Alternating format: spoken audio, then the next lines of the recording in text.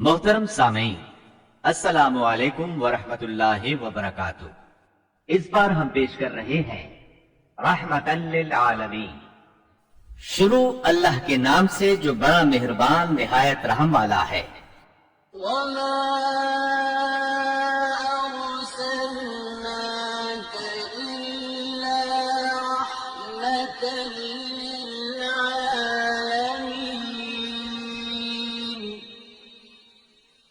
نبی کریم صلی اللہ علیہ وسلم بنی نوع انسان کے لیے اللہ کے آخری نبی ہیں، اور آپ پر نازل ہونے والی کتاب قرآن مجید اللہ تعالیٰ کی آخری کتاب ہے۔ لہذا نبی کریم صلی اللہ علیہ وسلم کی پاکیزہ زندگی امت مسلمہ کے لیے تا قیامت واجب الاتباع، رشد و ہدایت کا ابدی سرچشمہ اور ذریعہ نجات ہے۔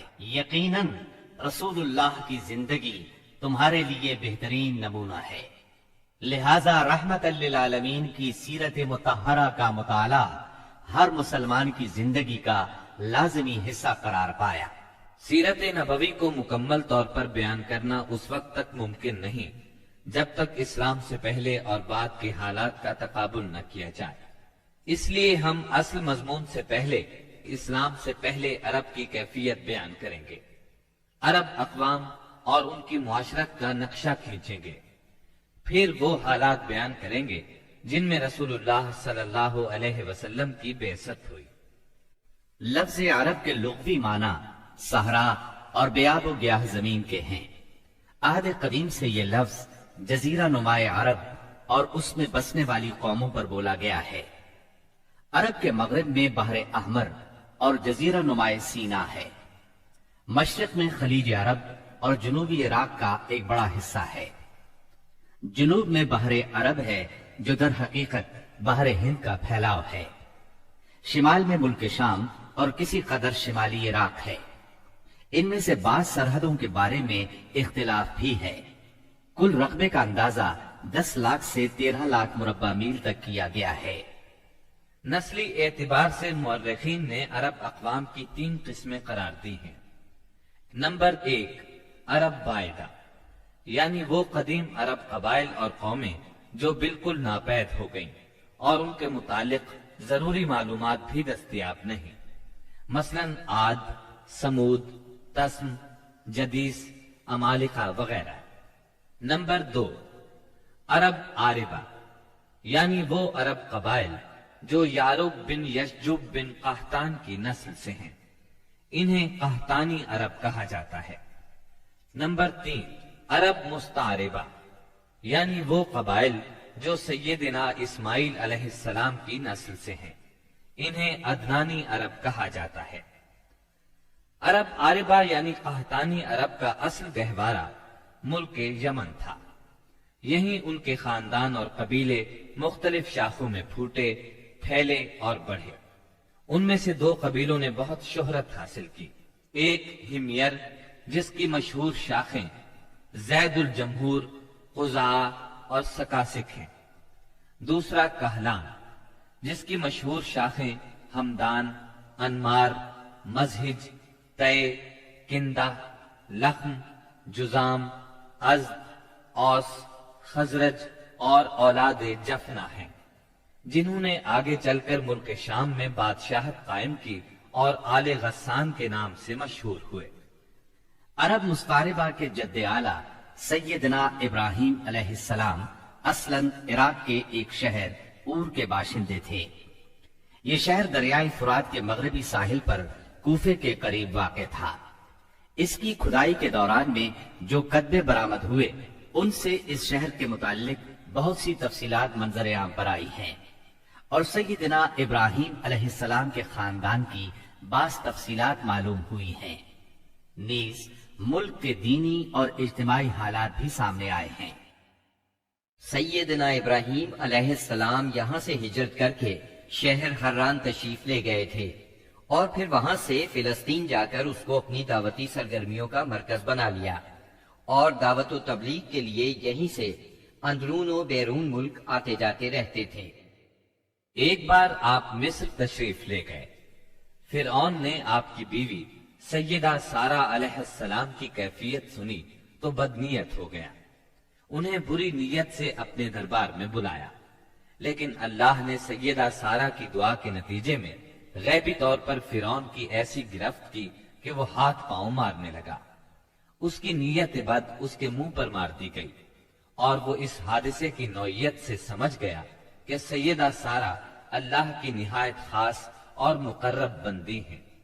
وہ ان کے اس وصف سے اس قدر متاثر ہوا کہ اپنی بیٹی ہاجرہ کو ان کی خدمت میں دے دیا۔ پھر سیدہ سارہ نے سیدہ ہاجرہ کو ابراہیم علیہ السلام کی زوجیت میں دے دیا۔ ابراہیم علیہ السلام ان دونوں کو لے کر فلسطین واپس تشریف لائے۔ پھر اللہ نے سیدہ ہاجرہ کے بطن سے ابراہیم علیہ السلام کو ایک فرزند ارجمن اسماعیل علیہ السلام عطا فرمایا۔ سیدہ سارہ بے اولاد تھیں، اس لیے انہیں بہت غیرت آئی، اور انہوں نے سیدنا ابراہیم علیہ السلام کو مجبور کیا کہ سیدہ ہاجرہ کو ان کے نوزائیدہ بچے سمیت جلا وطن کر دیں۔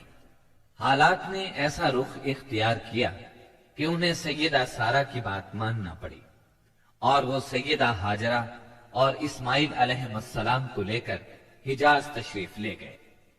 وہاں انہیں ایک بے آب و گیاہ وادی میں اتار دیا۔ اسی جگہ آج بیت اللہ ہے، اس وقت نہیں تھا، صرف ٹینوں کی طرح ابھری ہوئی زمین تھی۔ سیلاب آتا تو دائیں بائیں سے کترا کر نکل جاتا تھا۔ وہیں مسجد حرام کے بالائی حصے میں زمزم کے پاس ایک بہت بڑا درخت تھا۔ آپ نے ان دونوں کو اسی درخت کے پاس چھوڑا تھا۔ اس وقت مکے میں پانی تھا نہ انسان، اس لیے سیدنا ابراہیم علیہ السلام نے ایک توشہ دان میں کھجوریں اور ایک مشکیزے میں پانی رکھ دیا۔ اس کے بعد فلسطین واپس چلے گئے۔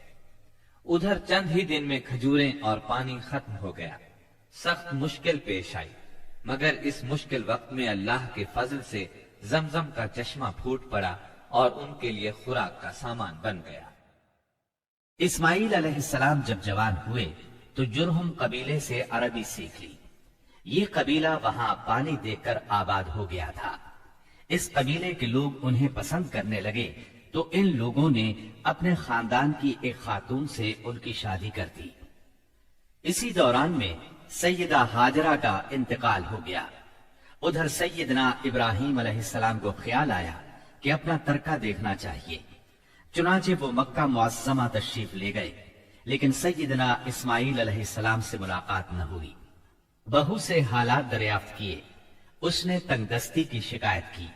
آپ نے وصیت کی کہ اسماعیل آئیں تو کہنا اپنے دروازے کی چوکھٹ بدل دیں۔ سیدنا اسماعیل علیہ السلام اس وصیت کا مطلب سمجھ گئے۔ انہوں نے بیوی کو طلاق دے دی اور ایک دوسری عورت سے شادی کر لی جو جرہم کے سردار مزاز بن عمرو کی صاحبزادی تھی۔ ان کی دوسری شادی کے بعد ایک بار پھر سیدنا ابراہیم علیہ السلام مکے تشریف لے گئے، مگر اس مرتبہ بھی سیدنا اسماعیل علیہ السلام سے ملاقات نہ ہو سکی۔ بہو سے حال پوچھا تو اس نے اللہ کی حمد و ثنا بیان کی۔ آپ نے وصیت کی کہ اسماعیل اپنے دروازے کی چوکھٹ برقرار رکھیں، اور فلسطین واپس ہو گئے۔ اللہ تعالی نے مزاز کی بیٹی سے اسماعیل علیہ السلام کو 12 بیٹے عطا فرمائے۔ ان 12 بیٹوں سے 12 قبیلے وجود میں آئے اور سب نے مکے ہی میں رہائش اختیار کی۔ ان کے حالات زمانے کی گرد میں دب کر رہ گئے۔